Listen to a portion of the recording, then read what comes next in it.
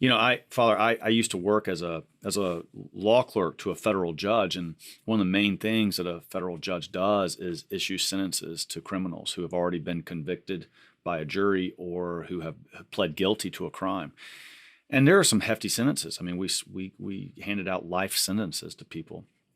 And so you see a guy standing there in the orange jumpsuit with the chains on, hands and feet, and often his family is in the audience, in the courtroom, usually a mother or a grandmother, usually not a father present. And everybody is on pins and needles at that moment when the judge is about to issue his sentence. Yeah. And they've pled for mercy. Usually they've pled for mercy, and the criminals have a last statement and they say basically, well, I've learned my lesson, but the judge is going to issue a sentence, and you can hear a pin drop right before that happens. And when they get a tough sentence, the family melts down, the mothers and the grandmothers, they will wail, oh, please don't, they will wail out. Yeah. And the criminals sometimes just drop their head, and they realize at that point, there's nothing more they can say. And usually the criminals are escorted out very quietly. They've lost. It's over. Yeah. There's no more way to fight this. And so it is kind of a human example of what our judgment will be like. It is a human example. And not only will we be waiting that sentence, but all of the evidence will be on plain view to the whole of the heavenly court, all of the angels, all of the saints, all of our beloved dead, those people we've loved who've gone before us, and every single every single thought we've ever had, everything we've done in secret, everything on our phones, on our computers, it will all be completely exposed. And you think, if that was going to happen to you, to a person, a living person right now, in the here and now, most people would feel, even the most upright people would feel a little bit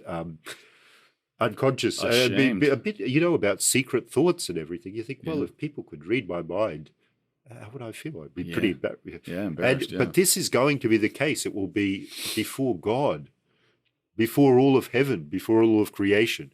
And this is, I think, a very sobering reminder to the fact that we're going to have to give account for every single thing which we do in this life. Yeah. Of course, God is a merciful judge, but he's still a judge. Yeah. Yeah. So this man on his deathbed who a Kempis has created, he says, the final part of that chapter, he says on 52, he says, "My friends, listen to me now carefully. I implore you, know that at this moment I would rejoice more." This is amazing. I just found this to be the best sentence in the whole book, Father.